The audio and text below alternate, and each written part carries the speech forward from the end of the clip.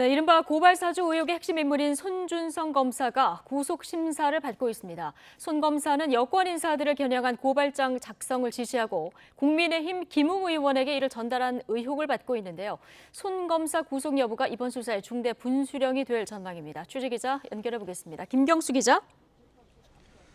네, 서울중앙지방법원입니다. 예, 자, 손준성 검사 구속영장 실질 심사 아직 진행되고 있는 건가요?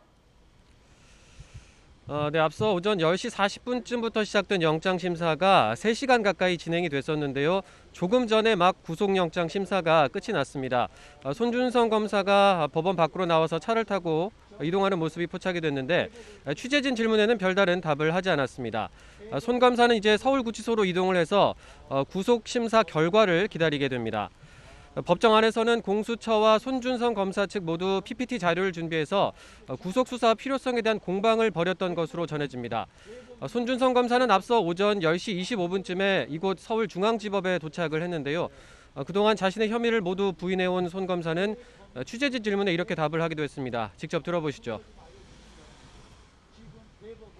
고발사주 관여 혐의 인정하시나요? 영장 청구의 부당함에 대해서 판사님께 상세히 설명드리겠습니다. 이상입니다. 절차가 많이 부당하다고 보시나요? 김웅 의원에게 고발장 왜 보내셨어요, 검사님? 손 검사는 올해 1월 출범한 공수처가 구속영장을 청구한 첫 사례입니다.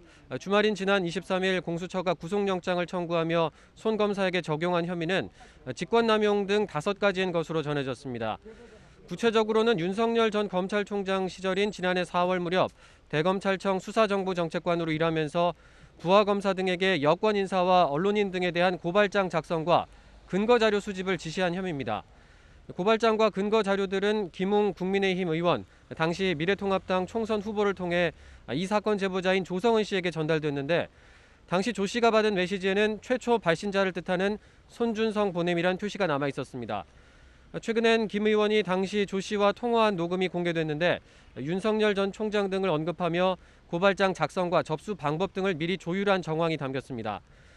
지난달 10일 김 의원과 손 검사를 압수수색하는 등 수사에 착수한 공수처는 그동안 주요 사건 관계인들과 출석 일자를 조율해왔습니다. 네, 그런데 피의자 조사 없이 구속영장을 청구한 건 좀 이례적이다 이런 평가도 나오던데요. 공수처가 이런 결정을 한 배경은 어디에 있습니까? 네, 공수처는 손 검사가 출석 날짜를 계속 미루면서 협조하지 않고 수사를 피하려 한다고 봤습니다. 변호인 선임이 늦어지고 있다면서 출석 날짜 확정을 미루다가 지난 22일에야 출석하기로 했는데 하루 전에 다시 다음 달 초에 출석이 가능하다고 말을 바꿨다는 겁니다. 공수처는 지난 22일 조사 예정일을 앞두고 손 검사 체포영장도 한 차례 법원에 청구했지만 기각됐습니다. 법원은 손 검사가 조사에 안 나올 거라고 단정할 수 없다고 판단했는데요. 공수처는 결국 손 검사가 22일에 출석하지 않자 체포영장 재청구 대신 다음 날 곧바로 구속영장을 청구했습니다. 법관 앞에서 양측이 소명하는 기회를 가진 뒤 판단을 받아보겠다는 일종의 승부수인데요. 하지만 어제 손 검사 측은 출석 의사를 분명히 밝혔는데 공수처가 피의자 조사도 없이 갑자기 구속영장을 청구해서 방어권을 침해당했다고 반발했습니다.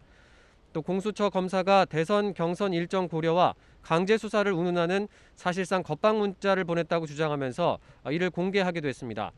오늘도 법정에서 공수처와 손 검사 측이 치열하게 다툰 것으로 보이는데 결과는 밤 늦게 나올 것으로 전망됩니다. 지금까지 서울중앙지법에서 전해드렸습니다.